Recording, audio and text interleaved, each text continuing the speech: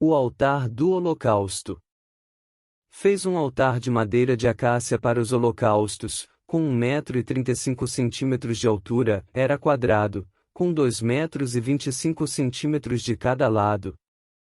E fez uma ponta em forma de chifre em cada um dos 4 cantos, formando uma só peça com o altar, o qual revestiu de bronze. De bronze fez todos os seus utensílios, os recipientes para recolher cinzas, as pás, as bacias de aspersão, os garfos para a carne e os braseiros. Fez uma grelha de bronze para o altar em forma de rede, abaixo da sua beirada, à meia altura do altar. Fundiu 4 argolas de bronze para sustentar as varas nos 4 cantos da grelha de bronze. Fez as varas de madeira de acácia, revestiu-as de bronze. E colocou-as nas argolas, nos 2 lados do altar, para que o pudessem carregar. O altar era oco, feito de tábuas. Fez a bacia de bronze e a sua base com os espelhos das mulheres que serviam à entrada da tenda do encontro. O pátio. Fez também o pátio. O lado sul tinha 45 metros de comprimento e cortinas externas de linho fino trançado, com 20 colunas e 20 bases de bronze. Os ganchos e as ligaduras das colunas eram de prata. O lado norte também tinha 45 metros de comprimento, com 20 colunas e 20 bases de bronze. Os ganchos e as ligaduras das colunas eram de prata. O lado ocidental, com suas cortinas externas, tinha 22 metros e meio de largura, com 10 colunas e 10 bases. Os ganchos e as ligaduras das colunas eram de prata. O lado oriental, que dá para o nascente, também tinha 22 metros e meio de largura.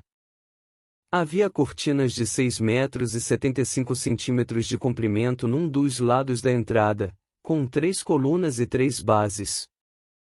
E cortinas de 6 metros e 75 centímetros de comprimento no outro lado da entrada do pátio, também com 3 colunas e 3 bases.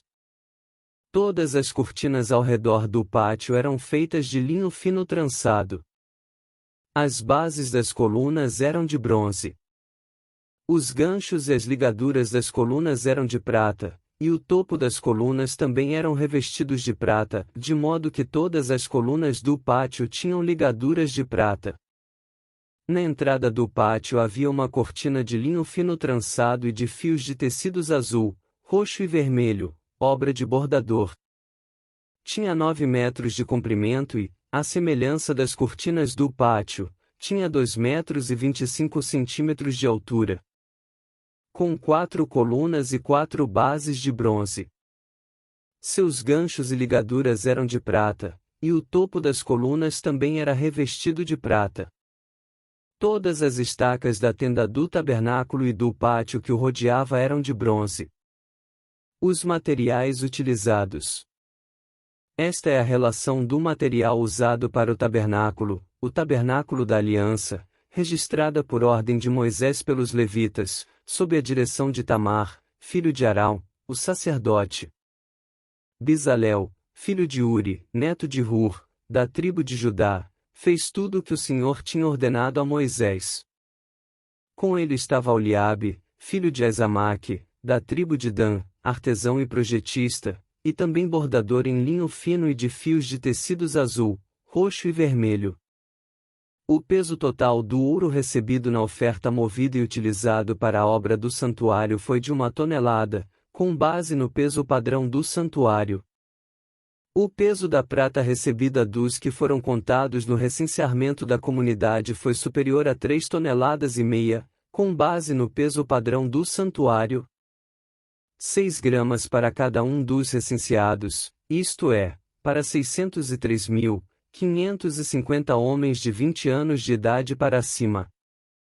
As 3,5 toneladas de prata foram usadas para fundir as bases do santuário e do véu, 100 bases feitas das 3,5 toneladas, 35 quilos para cada base. 20 quilos e 300 gramas foram usados para fazer os ganchos para as colunas, para revestir a parte superior das colunas e para fazer as suas ligaduras. O peso do bronze da oferta movida foi de 2,5 toneladas. Ele utilizou para fazer as bases da entrada da tenda do encontro, o altar de bronze, a sua grelha e todos os seus utensílios. As bases do pátio ao redor e da sua entrada, e todas as estacas do tabernáculo e do pátio em derredor,